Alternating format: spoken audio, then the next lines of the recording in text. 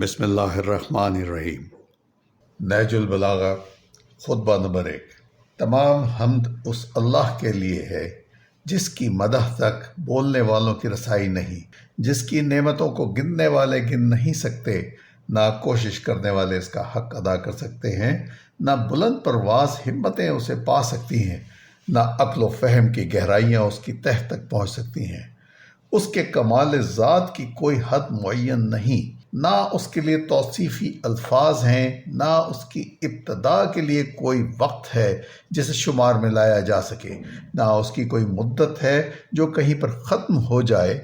اس نے مخلوق کو اپنی قدرت سے پیدا کیا، اپنی رحمت سے ہواؤں کو چلایا، تھر تھراتی ہوئی زمین پر پہاڑوں کی میخیں گاڑی۔ دین کی ابتدا اس کی معرفت ہے، کمال معرفت کی تصدیق ہے، کمال تصدیق توحید ہے، کمال توحید تنزیہ و اخلاص ہے، اور کمال تنزیہ و اخلاص یہ ہے کہ اس کی صفوں کی نفی کی جائے، کیونکہ ہر صفت شاہد ہے کہ وہ اپنے موصوف کی غیر ہے، اور ہر موصوف شاہد ہے کہ وہ صف کے علاوہ کوئی چیز ہے۔ جس ذات نے ذات الہی کے علاوہ صفات مانے، اس نے ذات کا ایک دوسرا ساتھی مان لیا، اور جس نے اس کی ذات کا کوئی اور ساتھی مانا، اس نے دوئی پیدا کی۔ جس نے دوئی پیدا کی، اس نے اس کے لیے جز بنا ڈالا، اور جو اس کے لیے اجزاء کا قائل ہوا وہ اس سے بے خبر رہا، جو اس سے بے خبر رہا اس نے اسے قابل اشارہ سمجھ لیا۔ جس نے اسے قابل اشارہ سمجھ لیا اس نے اس کی حد بندی کر دی، اور جو اسے محدود سمجھا وہ اسے دوسری چیزوں ہی کی قطار میں لے آیا۔ جس نے یہ کہا کہ وہ کسی چیز میں ہے، اس نے اسے کسی شے کے ضمن میں فرض کر لیا، اور جس نے یہ کہا کہ وہ کس چیز پر ہے، اس نے اور جگہیں اس سے خالی سمجھ لی۔ وہ ہے، ہوا نہیں، موجود ہے، مگر عدم سے وجود میں نہیں آیا۔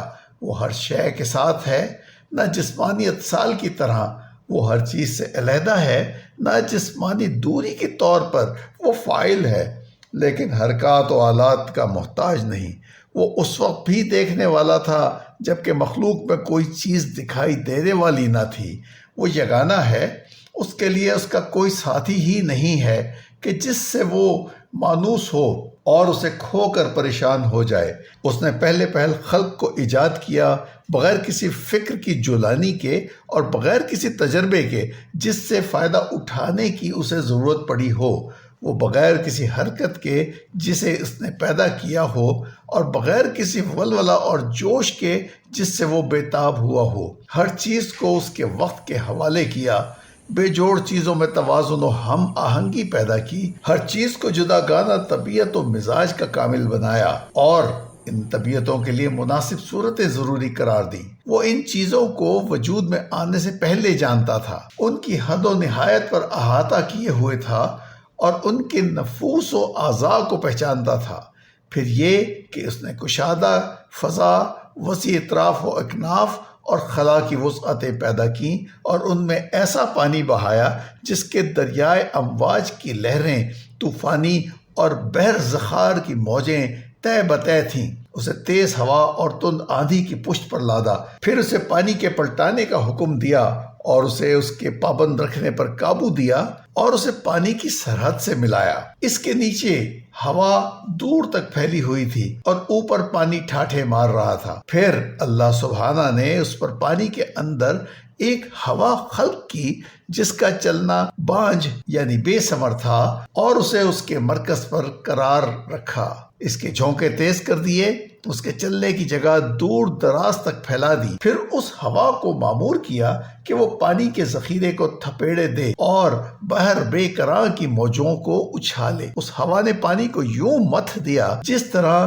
دہی کے مشکیزے کو متھا جاتا ہے، اور اسے دھکیلتی ہوئی تیزی سے چلی جس طرح خالی فضا میں چلتی ہے، اور پانی کے ابتدائی حصے کو آخری حصے پر اور ٹھہرے ہوئے کو چلتے ہوئے پانی پر پلٹانے لگی، یہاں تک کہ اس متلاطم پانی کی سطح بلند ہو گئی، اور وہ تہ بتہ پانی جھاگ دینے لگا۔ وہ جھاگ کھلی ہوا اور کشادہ فضا کی طرف اٹھائی اور اس سے 7 آسمان پیدا کیے۔ نیچے والے آسمان کو رکی ہوئی موج کی طرح بنایا اور اوپر والے آسمان کو محفوظ چھت اور بلند آسمان کی صورت میں اس طرح قائم کیا کہ نہ ستونوں کے سہارے کی حاجت تھی، نہ بندھنوں سے جوڑنے کی ضرورت۔ پھر ان کو ستاروں کی سجدھج اور روشن تاروں کی چمک دمک سے آراستہ کیا اور ان میں زو پاش چراغ اور جگمگاتا چاند رواں کیا جو گھومنے والے فلک، چلتی پھرتی چھت اور جنبش کھانے والی لوح میں ہے۔ پھر خداوند عالم نے بلند آسمانوں کے درمیان شگاف پیدا کیے اور ان کی وسعتوں کو طرح طرح کے فرشتوں سے بھر دیا۔ کچھ ان میں سر بجود جو رکوع نہیں کرتے، کچھ رکوع میں ہیں جو سیدھے نہیں ہوتے، کچھ صفے باندھے ہوئے ہیں جو اپنی جگہ نہیں چھوڑتے، اور کچھ پاکیزگی بیان کر رہے ہیں جو اکتاتے نہیں۔ نہ ان کی آنکھوں میں نیند آتی ہے، نہ ان کی عقلوں میں بھول چوک پیدا ہوتی ہے، نہ ان کے بدنوں میں سستی و کاہلی آتی ہے، نہ ان پر نسیان کی غفلت طاری ہوتی ہے۔ ان میں کچھ تو وحی الہی کے امین، اس کے رسولوں کی طرف پیغام رسانی کے لیے زبان حق اور اس کے قطعی فیصلوں اور فرمانوں کو لے کر آنے جانے والے ہیں، کچھ اس کے بندوں کے نگہبان اور جنت کے دروازوں کے پاسبان ہیں، کچھ وہ ہیں جن کے قدم زمین کی تہ میں جمے ہوئے ہیں اور ان کے پہلو اطراف عالم سے بھی آگے بڑھ گئے ہیں۔ ان کے شانے عرش کے پایوں سے میل کھاتے ہیں، عرش کے سامنے ان کی نگاہیں جھکی ہوئی ہیں اور اس کے نیچے اپنے پروں میں لپٹے ہوئے ہیں، اور ان میں اور دوسری مخلوق میں عزت کے حجاب اور قدرت کے سرا پردے حائل ہیں۔ وہ شکل و صورت کے ساتھ اپنے رب کا تصور نہیں کرتے، نہ اس پر مخلوق کی صفتیں طاری کرتے ہیں، نہ اسے محل و مقام میں گھرا ہوا سمجھتے ہیں، نہ اشباہ و نظائر سے اس کی طرف اشارہ کرتے ہیں۔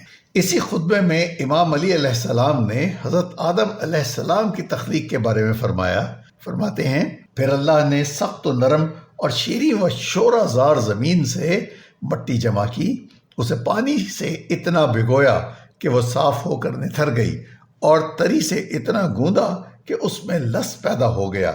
اس سے ایک ایسی خوبصورت بنائی جس میں موڑ ہیں اور جوڑ اعضاء ہیں اور مختلف حصے۔ اسے یہاں تک سکھایا کہ وہ خود تھم سکی اور اتنا سخت کیا کہ وہ کھنکھنانے لگی۔ ایک وقت معین اور مدت معلوم تک اسے یوں ہی رہنے دیا، پھر اس میں روح پھونکی تو وہ ایسے انسان کی صورت میں کھڑی ہو گئی جو قوائے ذہنی کو حرکت دینے والا، فکری حرکات سے تصرف کرنے والا، اعضاء و جوارح سے خدمت لینے والا اور ہاتھ پیروں کو چلانے والا ہے۔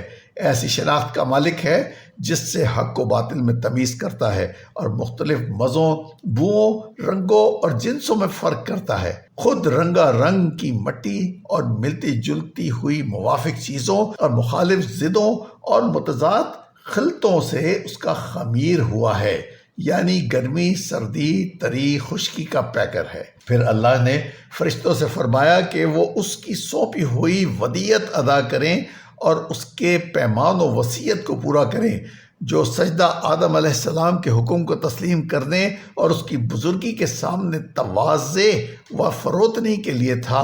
اس لیے اللہ نے کہا کہ آدم علیہ السلام کو سجدہ کرو۔ ابلیس کے سوا سب نے سجدہ کیا، اسے عصبیت نے گھیر لیا، بدبختی اس پر چھا گئی۔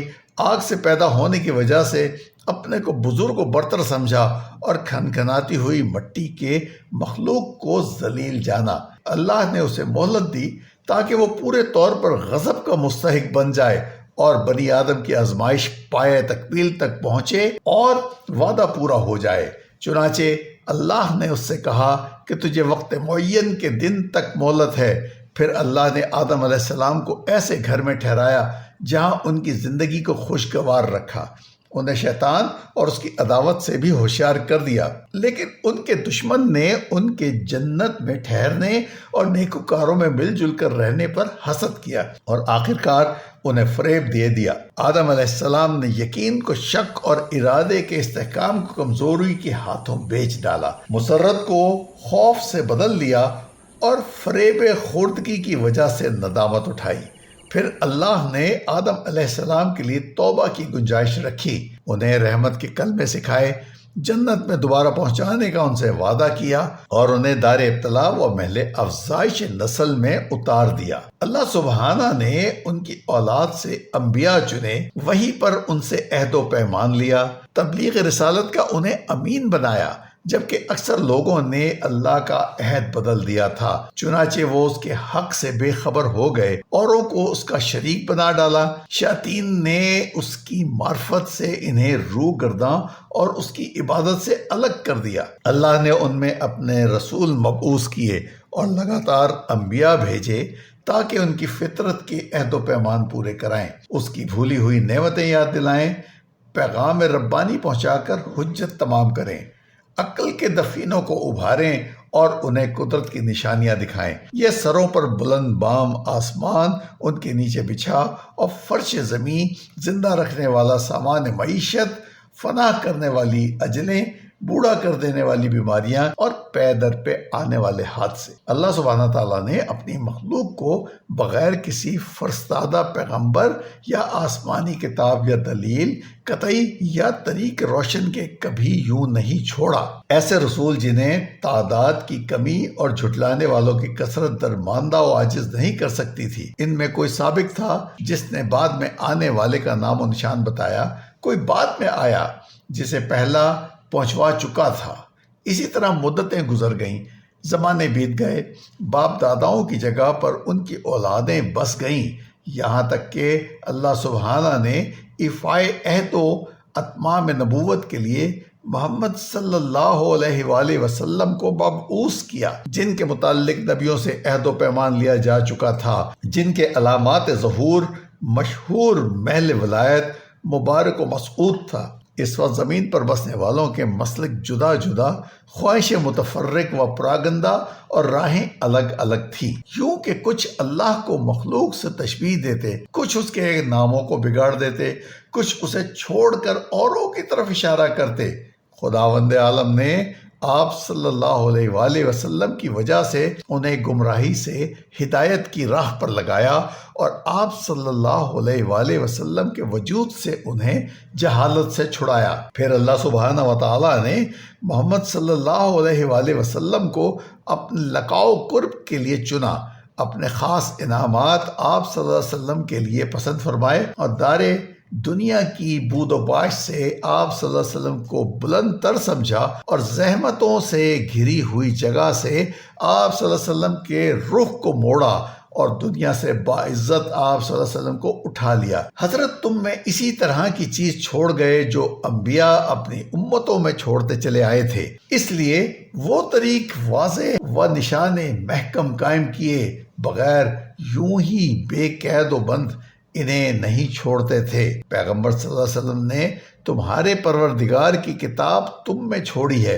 اس حالت میں کہ انہوں نے کتاب کے حلال و حرام، واجبات و مستحبات، ناسخ و منسوخ، رخص و عزائم، خاص و عام، ابر و امثال، مقید و مطلق، محکم و متشابہ کو واضح طور پر بیان کر دیا، مجمل آیتوں کی تفسیر کر دی، ان کی گتھیوں کو سلجھا دیا۔ اس میں کچھ آیتیں وہ ہیں جن کے جاننے کی پابندی عائد کی گئی ہے اور کچھ وہ ہیں اگر اس کے بندے ان سے ناواقف رہیں تو مذائقہ نہیں۔ کچھ احکام ایسے ہیں جن کا وجود کتاب سے ثابت ہے اور حدیث سے ان کو منسوخ ہونے کا پتہ چلتا ہے، اور کچھ احکام ایسے ہیں جن پر عمل کرنا حدیث کی روح سے واجب ہے لیکن کتاب میں ان کے ترک کی اجازت ہے۔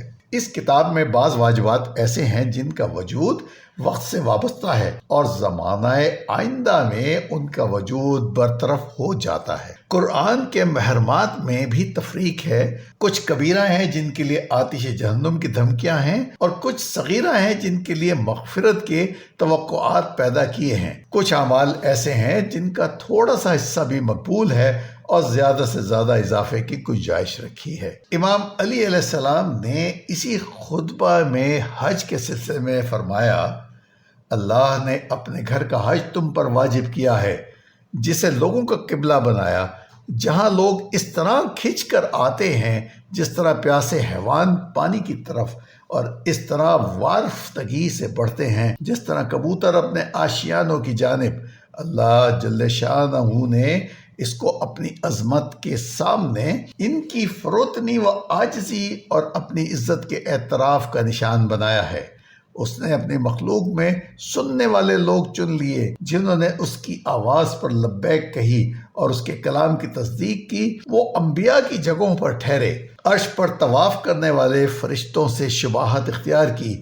وہ اپنی عبادت کی تجارت گاہ میں منفعتوں کو سمیٹتے ہیں اور اس کی وعدہ گاہ مغفرت کی طرف بڑھتے ہیں۔ اللہ سبحانہ نے اس گھر کو اسلام کا نشان پناہ چاہنے والوں کے لیے حرم بنایا ہے۔ اس کا حج فرض اور ادائیگی حق کو واجب کیا ہے اور اس کی طرف راہ نور دی، فرض کر دی ہے۔ چنانچہ اللہ نے قرآن میں فرمایا کہ اللہ کا واجب الادا حق لوگوں پر یہ ہے کہ وہ خانہ کعبہ کا حج کریں جنہیں وہاں تک پہنچنے کی استطاعت ہو، اور جس نے کفر کیا تو جان لے کہ اللہ سارے جہان سے بے نیاز ہے۔